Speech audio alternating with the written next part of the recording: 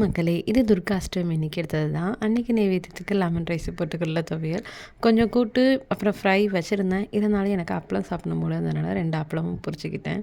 என்னன்னே தெரில, இந்த தடவை விரதத்துல ரொம்ப நான் அப்பளம் சாப்பிட்ட மாரியே இருக்குது. சரி, மனசுக்குள்ளே அதை நினச்சிட்டு சாப்பிடாம இருக்கிறத விட நம்ம அதை பேருக்கு ஒரு 2 பறித்து சாப்பிட்டுக்கலாம்னு சொல்லிட்டு பண்ணியாச்சு. அன்றைக்கி ஈவினிங் உளுந்த வடை தான் சுட்டு சாமி கும்பிட்டேன். எப்பொழுதுமே துர்காஷ்டமி அன்னைக்கு பிரத்யங்கரா தேவியை மனசில் வச்சு நான் பண்ணுறது வழக்கம். இது நான் கலசம் வச்ச நாள்லேருந்து இப்போ வரைக்கும் அப்படி தான்.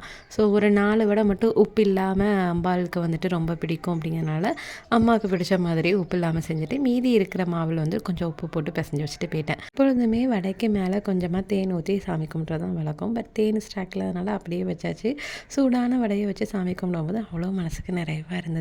அப்புறம் சாமியெல்லாம் கும்பிட்டு வந்து அகைன் மீதி இருக்கிற மாவையும் சுட்டு எடுத்தாச்சு. எனக்கு கிரைண்டர் ஆட்டினா இந்த மாதிரி கிறிஸ்பியாக வரும். மிக்சிலெலாம் ஆட்டினா இந்த மாதிரி வராது. உங்களுக்கு எப்படி? உங்களுக்கு ஏதாவது டிப்ஸு மிக்சியில் அரைக்க தெரிஞ்சால் கமெண்ட்டில் ஷேர் பண்ணுங்கள். நைட்டு 4 வடையை சாப்பிட்டு அப்படியே விரதத்தையும் முடிச்சாச்சு.